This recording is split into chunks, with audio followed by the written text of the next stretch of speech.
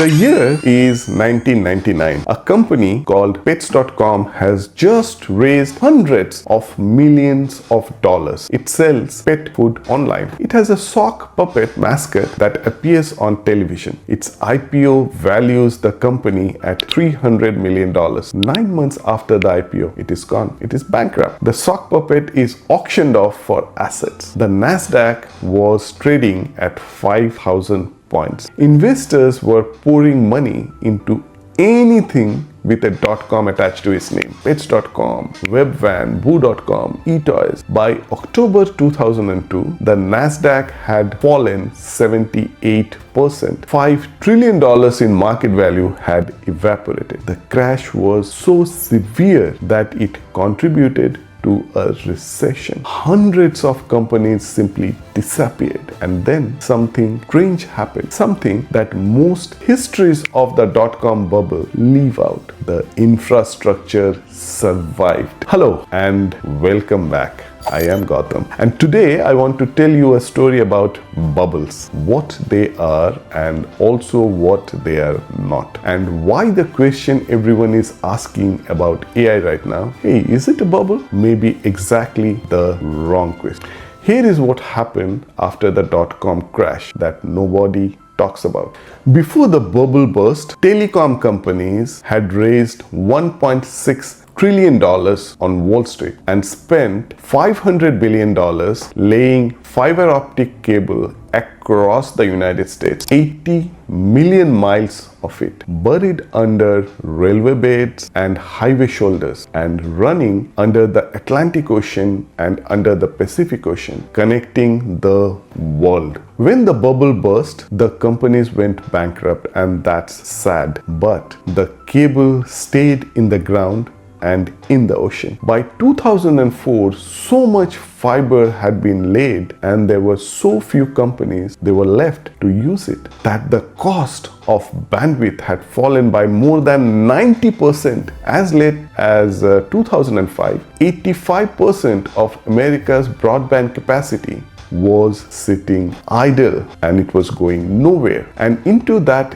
empty infrastructure walked a small company called YouTube, and then another one called Spotify, and then another one called Netflix. They built world-changing services on the bones of a financial catastrophe, because the catastrophe had left behind the very thing these companies needed most: cheap, abundant global connectivity. The bubble destroyed investors, and that also is sad. The infrastructure that it built enabled the world we live today. That story matters because we are living through its sequel right now. Let me give you the numbers on the AI investment that is happening right now, and I want you to hold on to them without immediately reaching for a verdict and judgment.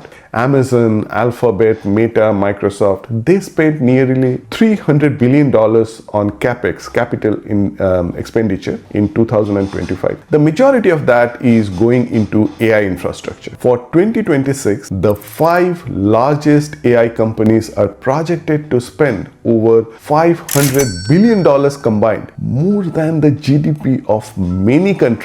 AI-related capital spending accounted for more than a third of all US economic growth in the first half of 2025. Let me say that again. 1/3 of the growth of the entire American economy coming from a single technology sector. OpenAI, a company that did not even exist 15 years ago, is valued at $852 billion today, and it projects an operating loss of $17 billion this year. Its cumulative losses through 2029 are forecast to exceed $140 billion. Anthropic is valued at almost $1 trillion now, and Nvidia's market cap has touched more than $5 trillion today. The debt tied to AI and data centers rose from $166 billion in 2023 to $625 billion in 2025. And interestingly, a study from MIT found that despite $30 to $40 billion of enterprise investment in generative AI, 95 95% of organizations reported zero measurable return. Now, the people who look at those numbers and say bubble are not wrong to be concerned. Michael Burry, the investor who predicted the 2008 housing collapse, said this in May 2026, that AI market conditions resemble the final months of the dot-com bubble, and that's important. Ray Dalio of Bridgewater Associates says that the current investment levels are very similar to the dot-com era.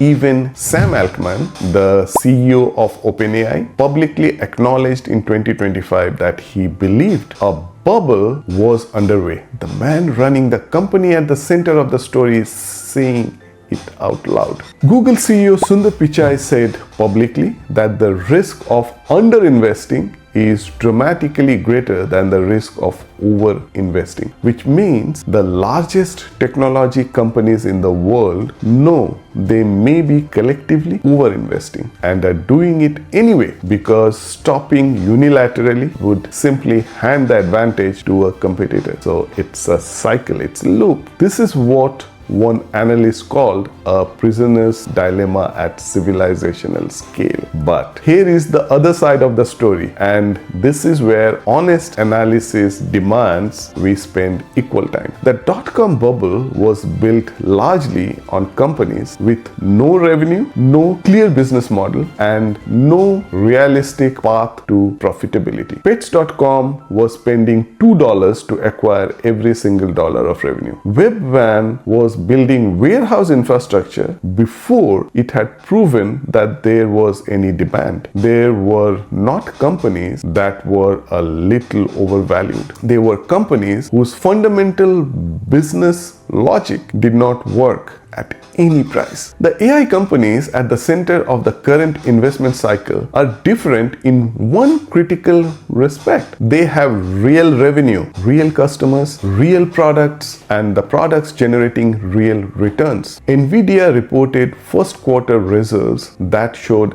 actual realized AI infrastructure demand, not projected, not hoped for, but paid for by customers. JP Morgan applied a 5-factor diagnostic framework to the AI investment cycle, and this was in December 2025. And they concluded that it does not meet the classic criteria for a financial bubble because investment is linked to actual enterprise revenue rather than speculation alone. And the productivity evidence, while it's early and it's uneven, but it's real. Task level studies show that generative AI meaningfully improves output in writing, customer support, and knowledge work. Anthropic's own data shows that engineers using Claude ship 8 times the code they did before, and I talked about this in my last video. The technology is producing genuine value and in specific context. It is not a pure illusion. So,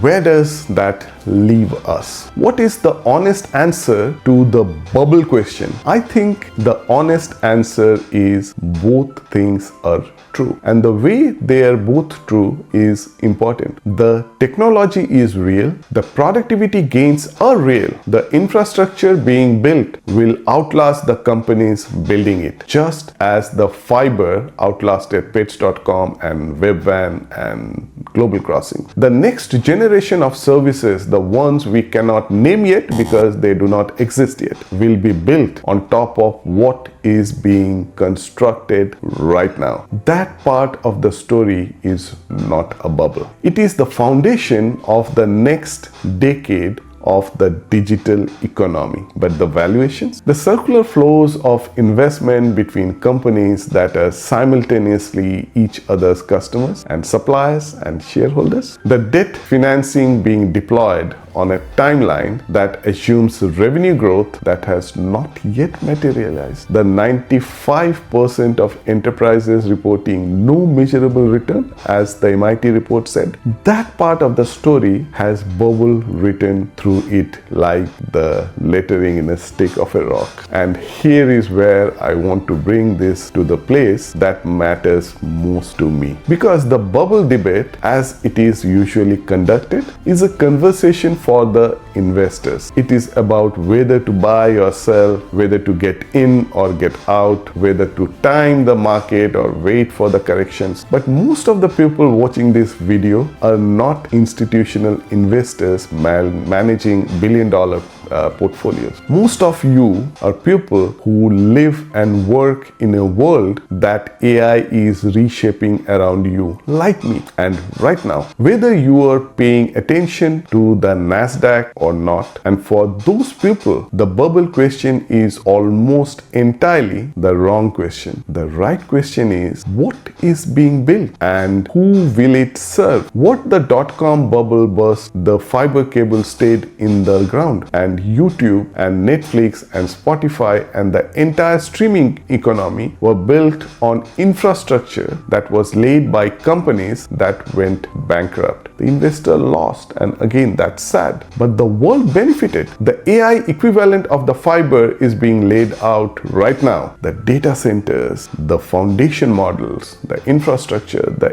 API ecosystems, the research foundations. Some of the companies building it will not survive the next 5 years, and that's sad as well. The infrastructure they leave behind will shape the next 50 companies. The question worth asking is not whether the bubble will burst. It will, in some form, at some point, to some degree. Bubbles always do. The question worth asking is, when the correction comes and the dust settles and we look at what remains, will it be infrastructure that serves people or infrastructure that serves only the interests of few who controlled it? The question is not answered by the market. It is answered by choices, policy choices, design choices, governance choices, choices about who gets access, who gets to participate, whose problem gets solved. The fiber was laid. The question of who it serves, that was a human decision,